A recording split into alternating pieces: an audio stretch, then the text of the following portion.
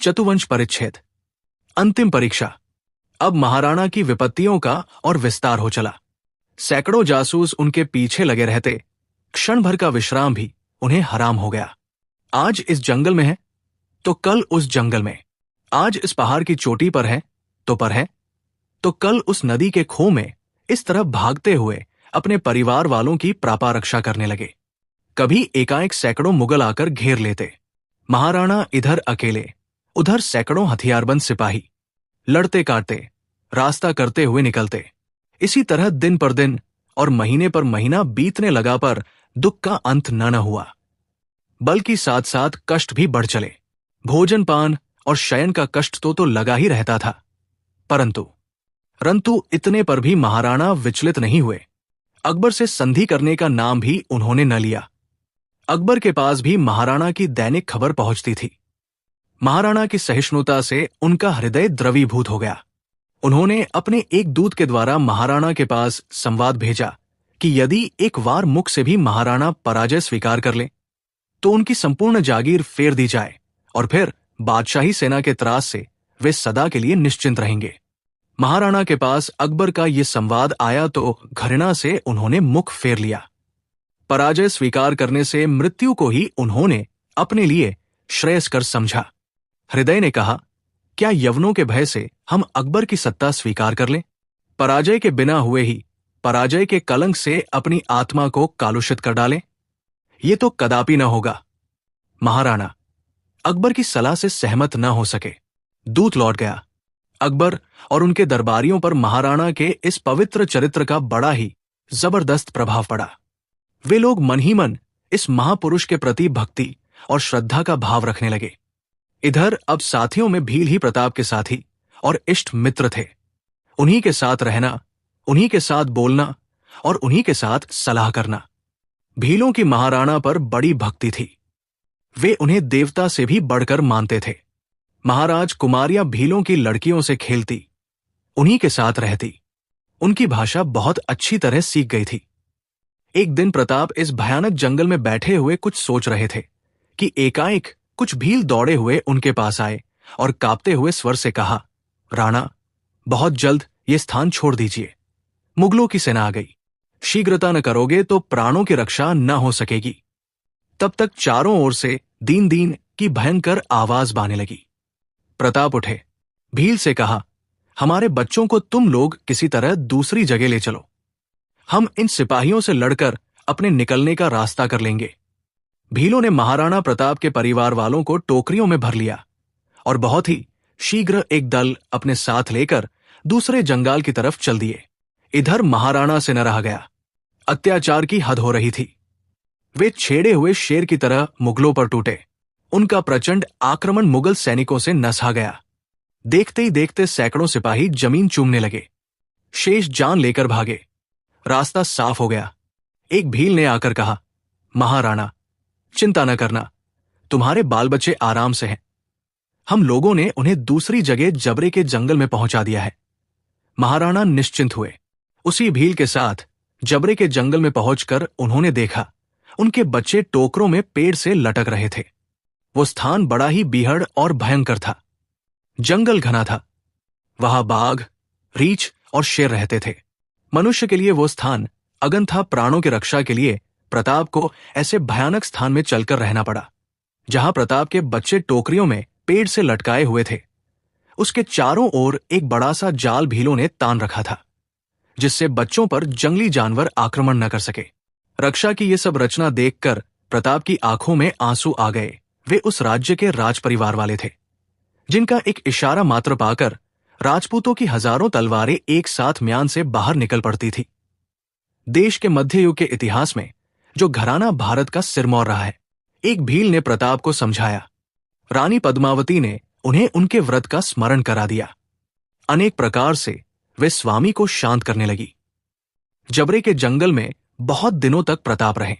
यहां मुगलों के उपद्रव का विशेष भय न था। यह स्थान बड़ा ही दुर्गम और चारों ओर से कैटिले पेड़ों और घने जंगलों से घिरा हुआ था। मुगलों का भय न रहने पर भी यहां एक और बड़ी कठोर विपत्ति सामने आई। खाने पीने का बड़ा कष्ट होने लगा। दूसरी जगह से कुछ लाने का उपाय न था। जिस दिन कोई शिकार खाने लायक मिल जाता था, उस दिन तो किसी तरह सब लोग भर पेट भोजन कर लेते थे, परंतु शिकार के न मिलने पर अक्सर घास की रोटियों पर समय पार करना पड़ता था। बच्चों को क्रमशः बड़ी तकलीफ होने लगी। भूख और प्यास के मारे उनका गुलाब सा मुखड़ा सदा ही मुरझाया रहता। वे एक दृष्टि से माता और पिता को ताकते, कभी मारे भूख के गले से चिपटकर रोने लगते। इस एक दिन नहीं, कितने ही दिन तक बच्चों ने भूख की विकलता जाहिर की, परंतु आश्वासन के सिवा कभी उन्हें भरपेट भोजन पिता की ओर से न मिला, जिससे वे और दुखी रहते। घास की रोटियों खाकर वे कोमल बच्चे दुबले सैदुबले, अंत में हड्कियों पोष मात्र रह गए। महारानी खून के आंसू पीकर रह जाती। प्रताप बच्चों को देखकर मुंह ताक कर फेर लेते और एक लंबी सांस लेकर अपने देश और समय का स्मरण कर रह जाते। ज्यों-ज्यों प्रताप के परिवार वालों को कष्ट होने लगा, त्यों-त्यों उनके मन में एक प्रकार का परिवर्तन आरंभ हो। ये परिवर्तन प्रताप की दुर्बलता का द्योतक होने पर भी सत्य की दृष्टि से मानव चरित्र चित्रण के विचार से जितना आवश्यक था, उतना ही वरेण्य भी।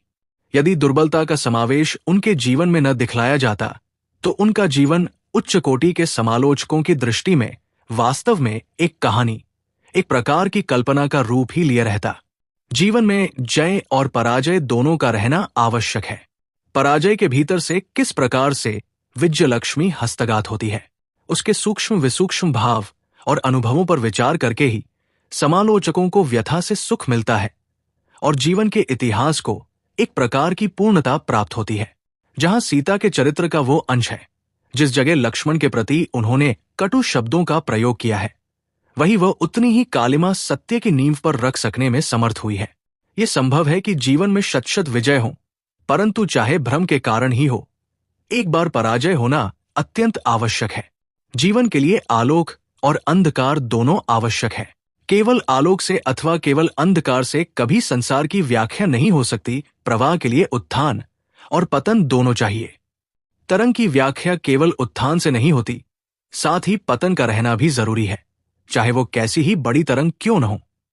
प्रताप के संबंध में भी इस तरह के एक पतन का आना आवश्यक था। विरोधी शक्ति का उन पर विजय प्राप्त करना जरूरी था। अब तक प्रताप हारते ही गए थे, किसी लड़ाई में कभी जीते नहीं, परंतु पराजय में भी उन्हें विजय का गौरव मिलता रहा है। न उनके शत्रुओं के दिल में ये बात धनसी की प्रताप हारे, न प्रताप ने ही स्वीकार किया कि हम पराजित हुए। मन की इस अपराजित शक्ति के कारण अब तक हारकर भी प्रताप नहीं हारे। उनके जीवन में किसी प्रकार का दाम नहीं लगा, परंतु इस बार वे वास्तव में पराजित हुए। इस क्षणिक पराजय को प्रताप ने भी समझा कि पराजय है, और उनके परम शत्रु अकबर ने भी समझा कि प्रताप पराजित हुए। हम लिख चुके हैं कि यह क्षणिक कल्पित पराजय थी। ये केवल प्रताप के जीवन की पूर्णता के लिए हुई, और खासकर इसलिए कि वे परिवार वाले थे, त्यागी नहीं। उन्हें दूसरों के दुख और सुख के अनुकूल रहना पड़ता था। वे दूसरों से संबंध छिन्न न कर सकते थे। प्रताप की ये दुर्बलता उनकी एक सांसारिक घटना के भीतर से पैदा हुई। उससे प्रताप के भय की भी था मिलती है। वे आखिर मनुष्य ही थे, काट के पुतले नहीं। उनके अंदर वही सहनशीलता थी जो एक उच्च से उच्च पुरुष में हुआ करती है, और साथ ही वो भयजनित दुर्बलता भी थी जो एक पिता के हृदय में अपने प्यारे बच्चों के सुख के लिए रहा करती है। एक रोज उसी जंगल में एक जगह महारानी भोजन पका रही थी। कुछ सामग्री उन्हें मिल गई। बाहर से भीलों ने राजपरिवार के खाने के लिए कुछ अन्न ला दिया। उस चूल्हे के आसपास उनकी छोटी लड़कियों ललचीली निगाह से उस अन्न की ओर देख रही थी। पास ही महाराणा भी घास के बिछोने पर लेटे हुए ये दृश्य देखकर विचार कर रहे थे। राजा कुमारियों के कपड़ों में सैकड़ों ग्रंथियों लगी हुई थी। महारानी भी मेले, फटे और पुराने जीर्ण वस्त्र पहने हुई थी। उधर महाराणा की दशा भी यही थी। बाल बढ़ रहे थे, नाखून वर्षों से न कटे थे, कपड़े पुराने होकर फट चुके थे। किसी तरह उनसे लज्जा की रक्षा की गई थी। उनको और उनके परिवार वालों को देखकर क्या कोई कहता कि ये मेवाड़ के महाराणा, बपाराव के वंश के सूर्य महाराणा प्रताप सिंह हैं? उनकी पारिपाश्चिक कुल बातों से उनके अखंड व्रत के निर्वाह का पता चलता था। इसी समय भोजन पकाने से पहले ही बच्चियों ने मांगना शुरू कर दिया। जब एक रोटी निकली, तब उसे हर एक अपने लिए पहले मांगने लगी। एक रोटी के लिए ये तकरार हो रही थी। मेवाड़ की महाराज कुमारियों में एक रोटी के लिए छीना-झपटी का तुमुल संग्राम जारी हो गया। महाराणा शांत भाव से ये लड़ाई देख रहे थे।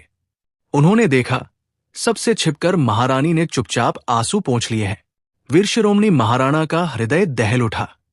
एक प्रचंड तूफान आया और पहले कुल की सृष्टि को नष्ट चारे करके, डुबाकर अतल में विलीन करके चला गया।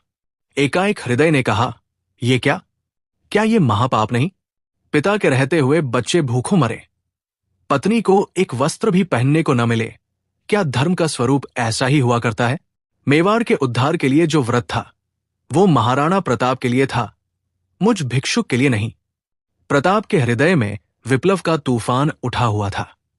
पहले के विश्वास को एक ही झकोरे ने हिला दिया और इस तरह प्रकृति की शक्ति का परिचय देकर प्रताप को शिथिल करके चला गया। एक दूसरे दिन एक और घटना हुई जिससे इस विरोधी भाव को सजग होने की सहायता मिली। बात यह हुई कि महारानी उस दिन भोजन पका रही थी। अन्न न मिला था। पल नामक घास की रोटियां बन रही थी। लड़के चारों ओर से चौका घेरकर बैठे हुए थे। महारानी चुपचाप लड़कों की आग बचाकर आंसू पोंछती और रोटियां पकारती। हर एक बच्चे के हिस्से में एक ही रोटी आई थी। पक जाने पर बच्चे अपना अपना हिस्सा लेकर खाने लगे। एक छोटी सी लड़की थी। उसने आधी रोटी खाई और बाधी अपनी गोद में डाल रखी। ये रोटी उसकी शाम की खुराक थी। प्रताप लेटे हुए अपनी प्यारी पुत्री को एक दृष्टि से देख रहे थे। हृदय में प्रलय का तूफान उठ रहा था। अब तक जिस वीर के धैर्य को अकबर के अनगिनत निष्ठुर प्रहार भी नहीं विचलित कर सके थे, आज वो एक छोटे से विवर्तन में पड़ कुछ का कुछ हो गया। जिस समय जांग पर बची हुई रोटी का टुकड़ा रखे हुए प्रताप की लड़की बाहर की बातों में बहल रही थी, उस समय मौका पा कहीं से एक जंगली नेवला झपटा। उस लड़की की जांग से लड़की की रोटी का टुकड़ा फौरन लेकर चलता बना। लड़की चौंक कर रोने लगी। प्रताप ने देखकर दृष्टि फेर ली। पद्मावती ने भी भागते हुए नेवले को देखा। मुंह फेरकर आंसू पोंछ लिए। प्रताप पड़े हुए चुपचाप ये दृश्य देख रहे थे। रानी के आंसू भी उनके परीक्षक नेत्रों से छिप नहीं सके। थोड़ी देर बाद लड़की रोकर आप शांत हो गई। जिस समय ये क्षण भर के लिए क्षुब्ध हुआ वायुमंडल अपनी पूर्व प्रकृति को प्राप्त हुआ, उस समय प्रताप के हृदय में महाप्रलय की ज्वाला धधक रही थी। कुछ समय पहले ही से उनका चित्त परिस्थिति से उठकर एक दूसरे चक्र के अंदर चक्कर काट रहा था।